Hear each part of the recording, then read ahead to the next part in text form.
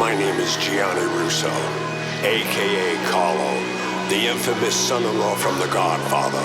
I'm now known as the Hollywood Godfather, and this is my story. Before all of the wins in my portfolio, I was a little boy diagnosed with polio. Experimenting with cures, I tried every one. Felt everything in my right, but my left was numb. Walking with a limp, like will I ever run?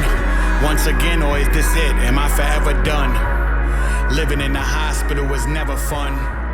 Some people were cool, but not everyone. Welcome, everybody. It's time for the Hollywood Godfather podcast again and again and again and again.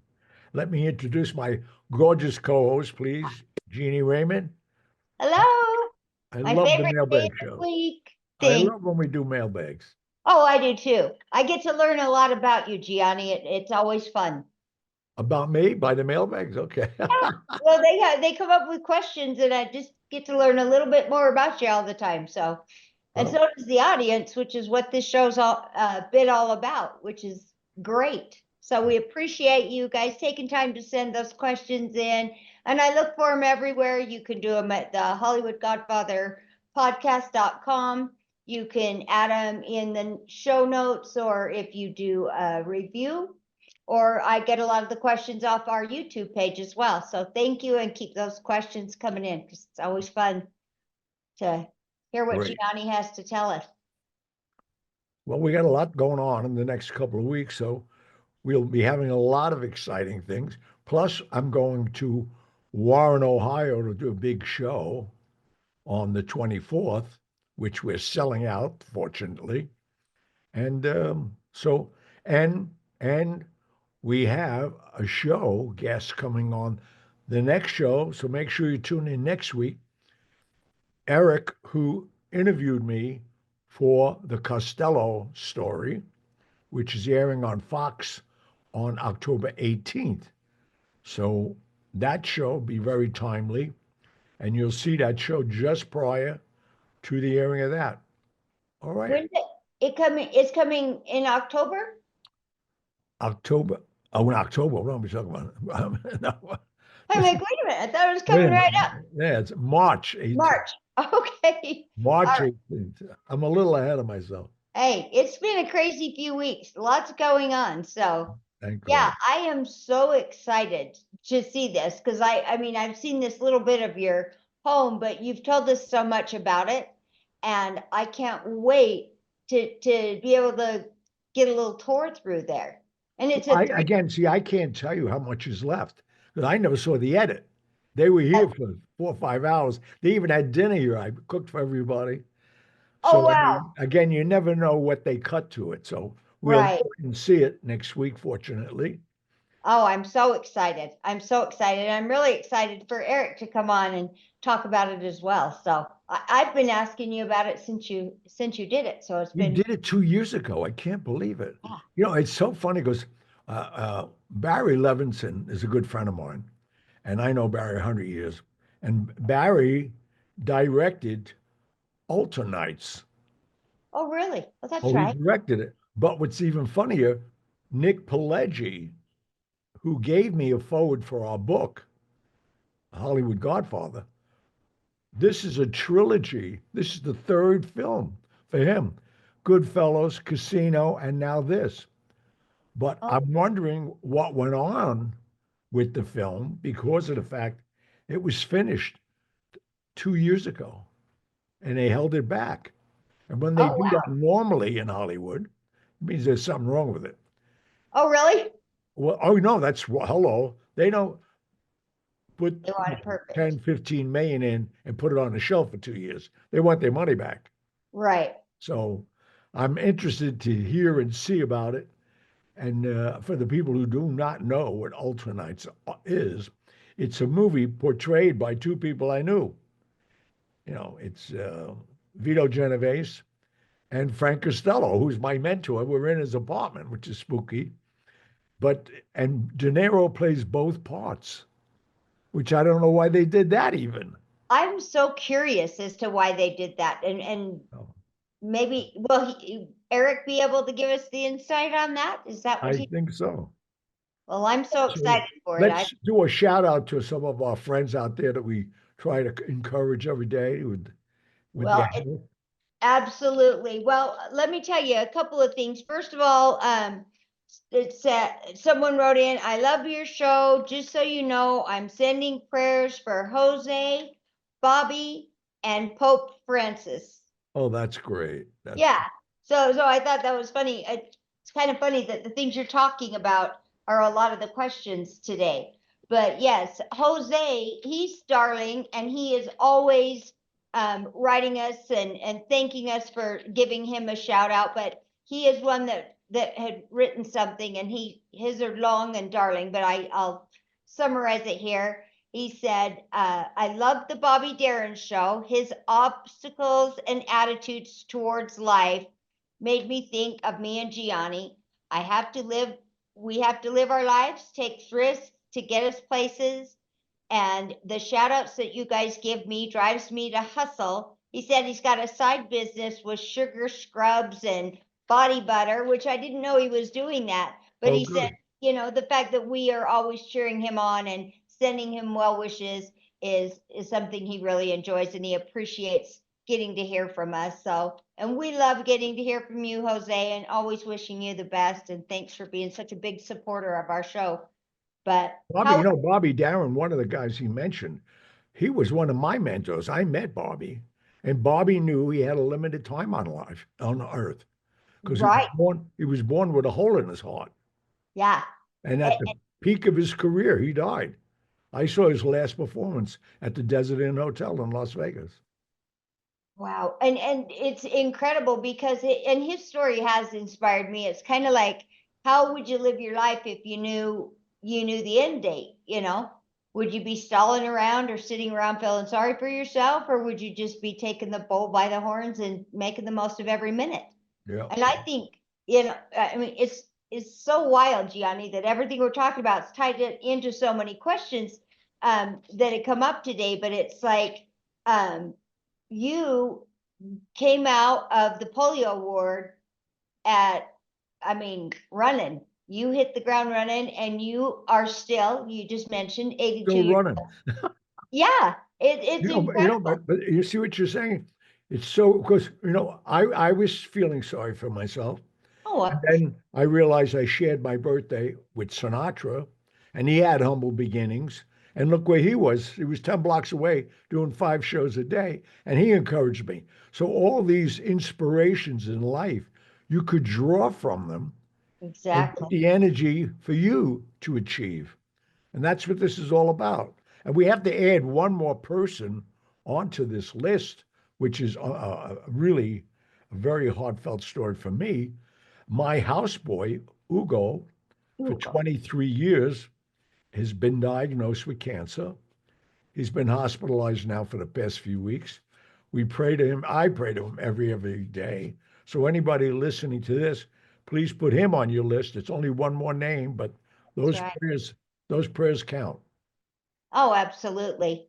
Well, and it's incredible, Gianni, because I look, well, let me get to that question, because I was just reading that. We had a bunch of good questions today. It says, Gianni, you are so healthy and happy and always so full of energy. Tell us, what is your diet? What are you doing that's keeping you so young? I'm watching my diet and eating the right foods. That's what's keeping me young. I just talked to Robert Wagner. Oh. Because he celebrated his 95th birthday. He looks great. Oh, wow. So he's my inspiration right now because, he's 13 years younger than me, older than me. Older. Yeah. Yeah. So it's, Incredible. a lot of it has to do with attitude. Oh, I agree. If you're wasting time and energy, feeling sorry for yourself, like you said, Jeannie, that's wasted energy, man. Oh, Think positive and move on. yeah. Learn to live with whatever it is. Exactly. And survive. Well, and to sit and wallow in it does you no good. I was laughing because I was listening, worrying about, are we going to get laid off? What are we going to do? And just the panic that comes along with sitting and being miserable and getting inside your head, worrying about all this stuff that what if we get laid off and blah, blah, blah. And it was a little bit warm this weekend. I went outside, I worked on my yard. I have snow on one half of my yard, and I Oh, actually that's wild. mowed the other side. That's fabulous. Well, I if was there's any laughing. encouragement, don't ask me how I know this, but Trump is pushing for a stimulus budget to bring us to September. So you're not Oh, being laid off. well, good. Everybody to vote for it. The Democrats are going to vote for it no matter what. Oh, that's So are the Republicans. So I think that should pass. I think this coming Tuesday, tomorrow, actually. well, that'd be great. That'd be great. But I'll tell you, I could that's how I felt the other day when I thought, okay, well, what am I going to do? And then the panic sets in and you start getting depressed and worrying about stuff. And then I went outside in the sunshine and I just said, and I told somebody, I'm like, this I can make a difference in. Sitting and worrying about stuff I don't have any bearing on. I'm going to get outside, go have some fun and do something I like. And it makes all the difference in the world. So I think you're right. Attitude is everything. Well, my money's on you. I know you're a winner. So whatever you Oh, do, I love you. in fact, you should take up gardening. Imagine you being a gardener. Everybody in the world will hire you. You know, I have a friend that keeps going, listen, I will back you. If you want to start your own business, I'm like, why? I come down here and do it for free. You don't need to pay me, but I should work smarter.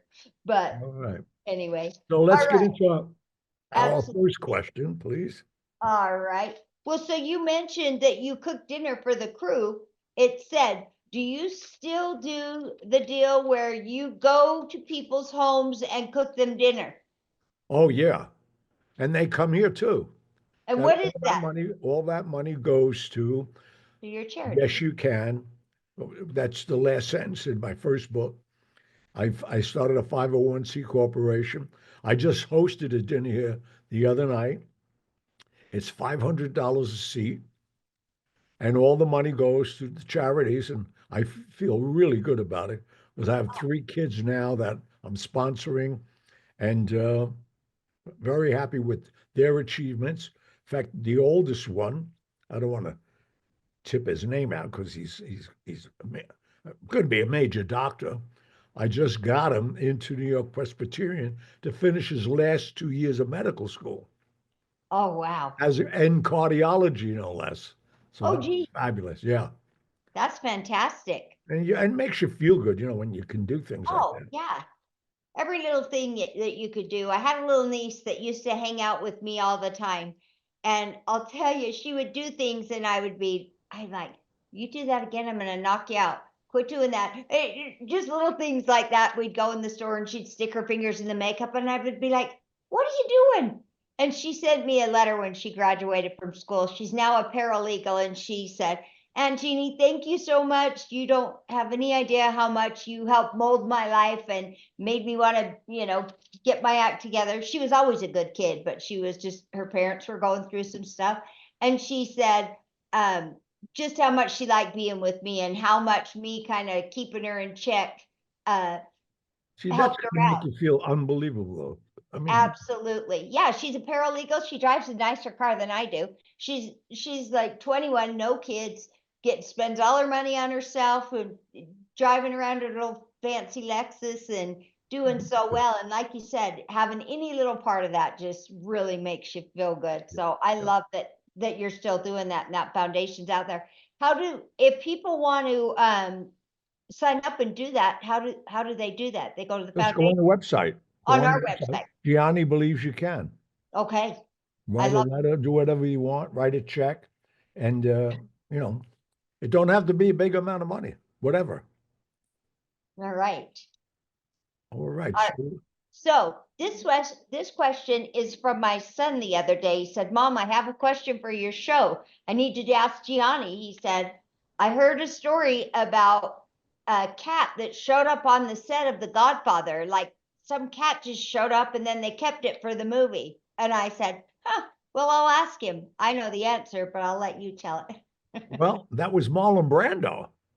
See, Marlon, that was my first movie. And he invited me everywhere. He and I hit it off well after our little altercation to begin with in a rehearsal. Then after that, he taught me so much.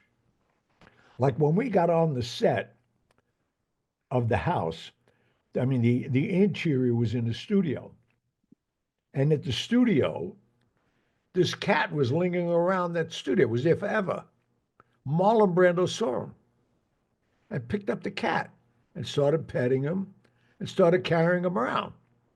So now in the interiors of his office, where they're going to have their first meeting and first filming of it, he's walking around with the set design. He says, "Give me a fish tank over here, please, with fish in it.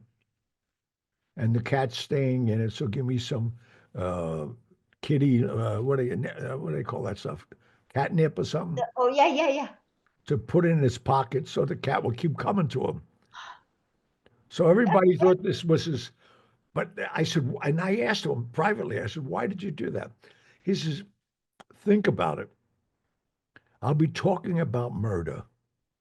So if I walked over and fed my fish and I just had my cat on my lap, it softens my image." Exactly. And it's the contrast of that. And Pacino picked that up also, because the first time we met Al on the set, he was in an army uniform with his girlfriend Kay, visiting his sister's wedding, and telling her, "I'm not a part of this, Kay. This is my father's life." And then where he turns into this monster, that's all of the Brando. You met him as a soldier. I'm not in this life. And it's those transitions that people remember. Yeah. I just thought it was so funny that he came up with that. And he said, I don't know if that's a wives' tale, or folklore or what. No, it really happened.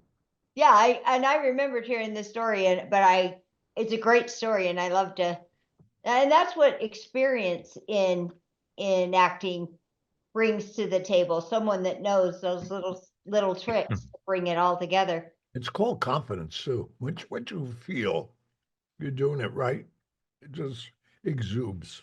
Yeah. Well, that's great. Well, Excuse me. no problem. Let's go ahead and take a quick commercial break, and then we'll come back and answer some more questions. First of all, I mentioned earlier that on the 18th of March, the Costello interview I did for Fox is airing on Fox. Find out in your local area when it's going to be on. I mean, not when it's going to be on, the hours it's going to be on. I think it's something you want to maybe pre-watch before you watch the Altar Kings. This is marketing in the film business. When they knew the Altar Kings were coming out. Altar Nights, rather. Yeah. Altar Nights was coming out. They rushed, not that they rushed it, then they slotted this so we'd come out a couple of days before so we can capitalize on the publicity. Right. And the Ultra Nights, as I said, is part of the trilogy of Nick Pileggi. I'm hoping it's great because, Goodfellas, Casino, and now this was supposed to be his big crime film. But Nick he's an amazing guy. And so don't forget. Alto Nights airing on Fox. No. Alto Nights is going on. Oh, I'm sorry. The Costello story. Excuse me. The Costello story. That's the name of it. Okay. And watch this before Alto Nights. Right. On the 18th. The 18th of March, coming right up. I'm so excited. I've pestered Gianni about it at least once a month since you guys I know. It's 2 years. Well, I thought maybe they were going to trash it, but thank God they did. Well, that's fantastic. Fox? All right. So we're back into the show. Yeah. All right. Sorry, I was getting all enthralled with your story. I forgot I'm asking the questions. Well, since we're on the Godfather theme, Judy from Las Vegas said, "How did you get along with Talia Shire while filming The Godfather?" Well, Taya was a very timid little girl, and obviously Francis Ford Coppola's sister, the director, That's so and so and for both of us, basically, was a big break in our careers because that was my first movie. It was her first big movie, and she was perfect because this was the Don's daughter that I married. And if you don't know the storyline, her brother Sonny introduced her to his friend Carlo. And then we all know where that went because they gave me they would give me nothing important. And then the Barzinis approached me and offered me a better deal. So I gave up Sonny, and too bad he didn't have Easy Pass when he got to the toll bridge.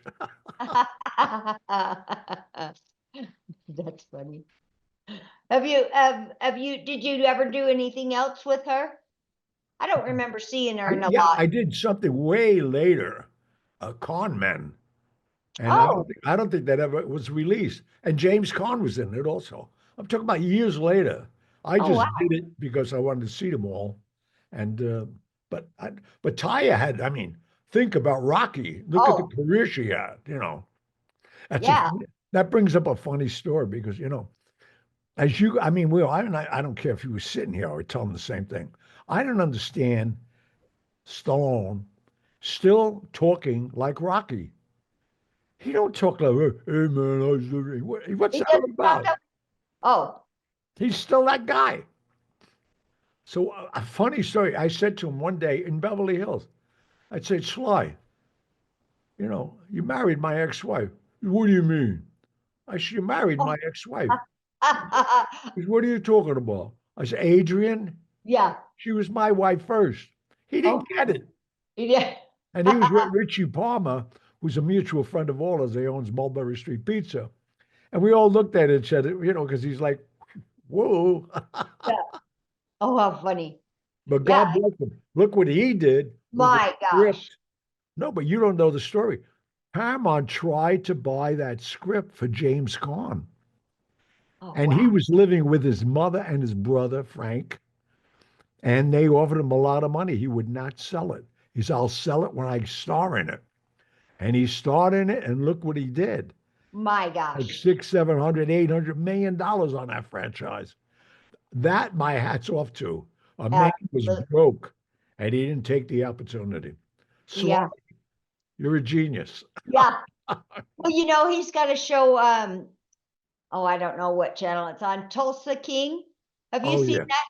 No, Oh, I would never watch it. And that's one of my friend's best show. oh, I like it. It's Terrence Winter is the executive producer of that. Oh, really? Oh I yeah. like it. There's always so many different things going on. Um, I don't sit still much except for maybe in the winter. So I did catch up on that, but there's a lot of funny shows on that I catch now and then, but I do like that one. All right. So let's see, where are we? Okay, we got the Talia Shire in. How can we buy a cameo visit from you? Is that a year-round availability or just around for the holidays? Your cameo thing. Just go to Cameo. They're cameo.com. Okay. And then put my name in. They set it up. And I do them year round. I do them constantly. I do Oh, one or okay. two a week for Oh, really? birthdays. I people buy them because once you have the recording on your phone, it's yours. Right. Yours for like 60 days, I think. And you could bring it any way you want. I've sang happy birthday to people where they'll come, they say, we got a special guest who wants to sing for you. And it's me. I sing happy birthday. So cameos is a great gift, I think. And it's a Oh, lasting gift because once you give it to them and you transfer it to your phone, you have it forever. forever. I love it. Well, we'll put that on there too. We've had a lot of good questions of people still wanting to see you and interact with you. All right. So this was funny. This said is from The World as It Is. Mr. Russo, how are you? I hope you're well. Is there a chance you can help me get an audition in Hollywood? I'm an actor. That's like saying, can you help me become a millionaire? I mean, I'd like that. That's my question. Hollywood is so separated now from the real world, unfortunately, from the past disasters. And Oh, most of the stuff is being shot down south. It's cheaper. And the last strike, I think, was a disaster for the union because now everybody's going overseas to make the movies because it's cheap. oh wow. So if you're Oh, not an established actor, I don't know how you're going to break into this business because it was a hard business to begin with. Now it's even harder. yeah. Well, so there's your answer. The world as it is. But hey, don't give up on your dreams. Oh, no, don't. Find a way. All right, let's see. All right, gotta be getting close to my oh, I'm saving my almost to last, my favorite one. Let's see. Whatever you want. You control the show. Do whatever you want. That's right. I'm gonna boss you. So the question is, I know you spent a lot of time in Las Vegas. Do you have any stories about Evel Knievel? Evel Knievel. I knew Evel Knievel when he was jumping the fountains at Caesar's Palace. I was listening to, I mean, this guy is wild and crazy. I know he would drink a lot and say, I can't do it, I can't do it. And then he would go and jump things. Well, not only that, I mean, he was far beyond a stuntman. He's a daredevil. Oh, yeah. I mean, I was present at a couple of things because I knew everybody. In fact, a good friend of mine, Alan Margulies, was the head of PR at Caesars when all of that was being done. So I had carte blanche. And Alan, I remember when Evil did that. It was huge, huge television special.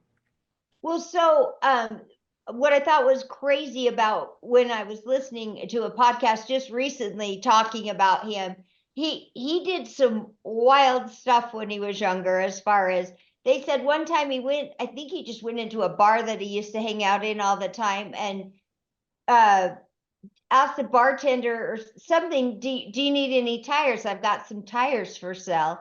And so the guy finally said, okay, I'll take them. And so he had gone out and took the tires off this guy's car and brought him in and put him inside and sold him his own tires. So then the guy got outside, he had taken the tires off this guy's car and brought him in. I don't know if that's too smart. I would have put a bullet in his head. Right. Well, he was, I think maybe an Oh yeah, insurance. well, most of those people, who get that reputation, that's their lifestyle. They're crazy, Oh yeah. and They he would said do anything, and he did. But then at least he capitalized on it finally and made a lot of money. My understanding, he did anyway. right. Well, so the jump over the fountains, did he Right. make it? I've got, or is Oh that yeah, the one where obviously. he crashed? Well, no, he made everyone that I know of. Oh, well, because they said there's one that the one that they caught in, that's in all the, if you Google Evel Knievel, the one that was in slow motion of him rolling and rolling, and Linda Evans, the actress, Right, I knew it well. she was married to the guy that was doing all this. I think it was the Vegas one.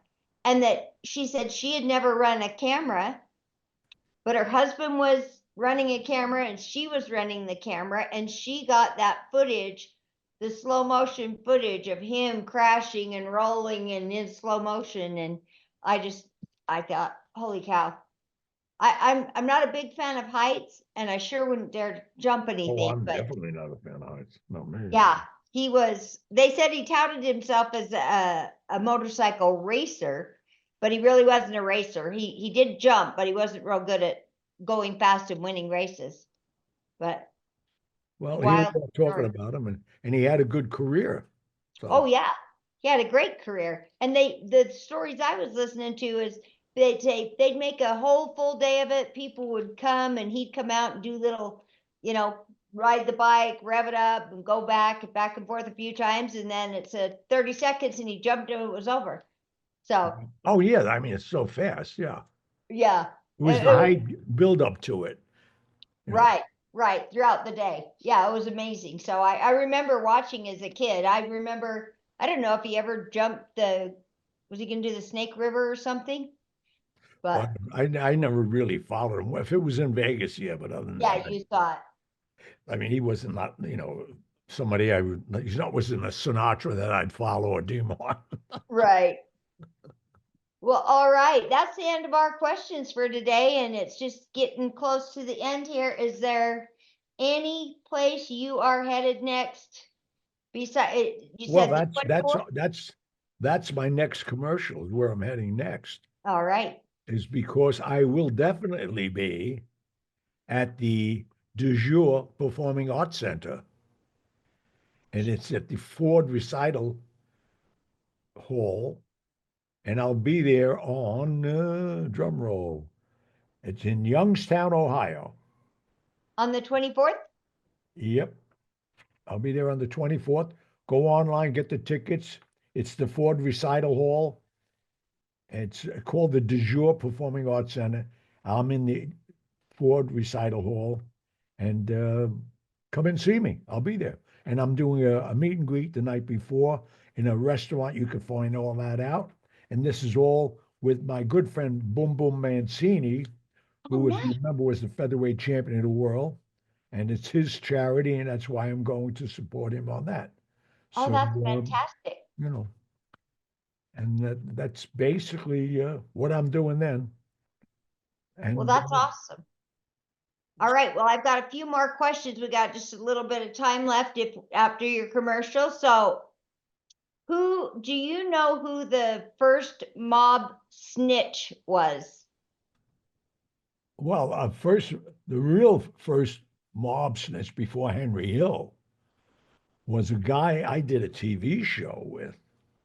And let me think of his name. Gee, I forgot his name just because he was a snitch and he recognized me. It was so funny. They had him on the Merv Griffin show, and they had FBI people around him, and he was in a silhouette. They're only shooting him in silhouette. And I was backstage, last person to come on, and I was laughing and smiling. So Merv said, "Why are you smiling?" I said, "I just called the mob and told him where he is." But they all got panicky. It's a I'll delivery. bet. No, but it was a taped show. It don't go on for a week. What was his name? He was the first real big rat. Oh, I'll think of it. I'll think of it. All right. So I got a couple more good questions. What is the Italian rope snitch? Is that something? What? Rope snitch? Rope snitch. I don't know what that is.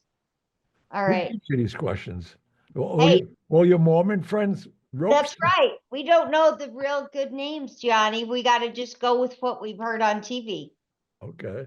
I do We not got out know. of church. We had some questions. Okay.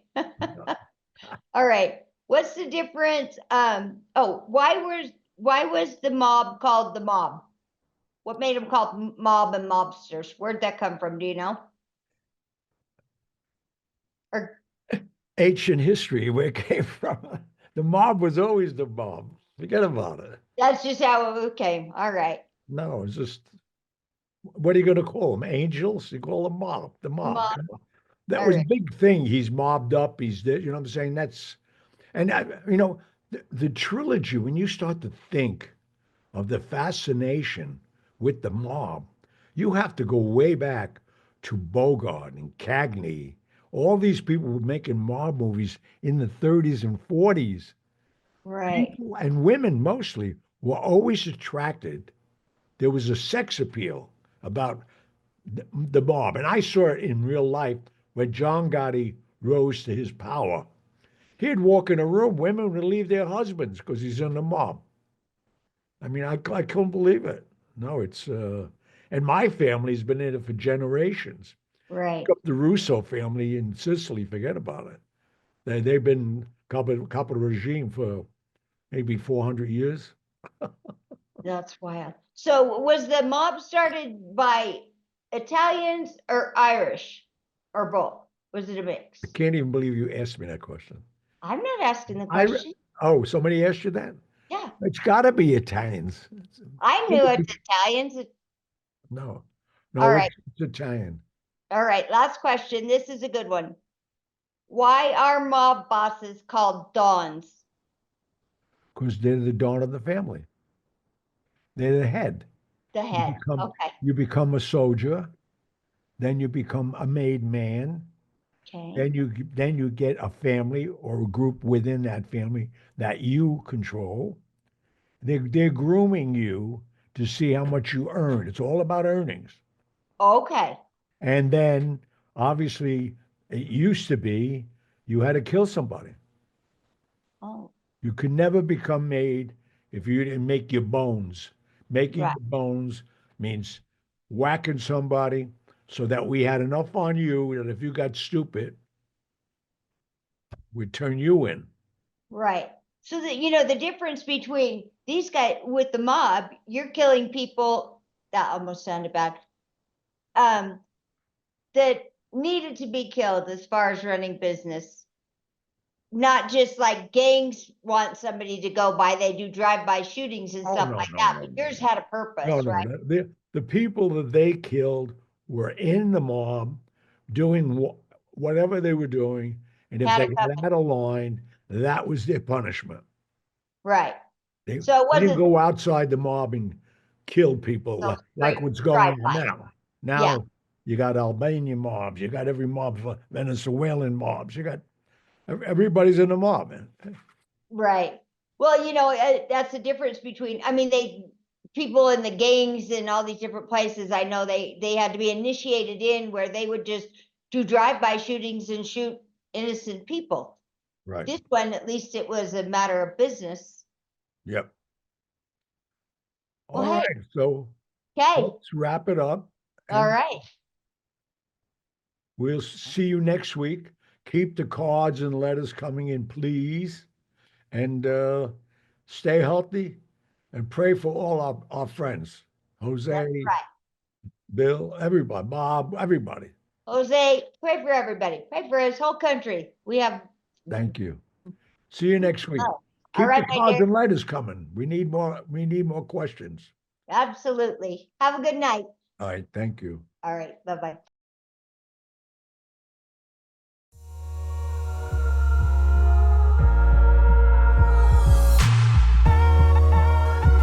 And that was that. But I'll be back. No regrets, no complaints. Lived a life with no restraints.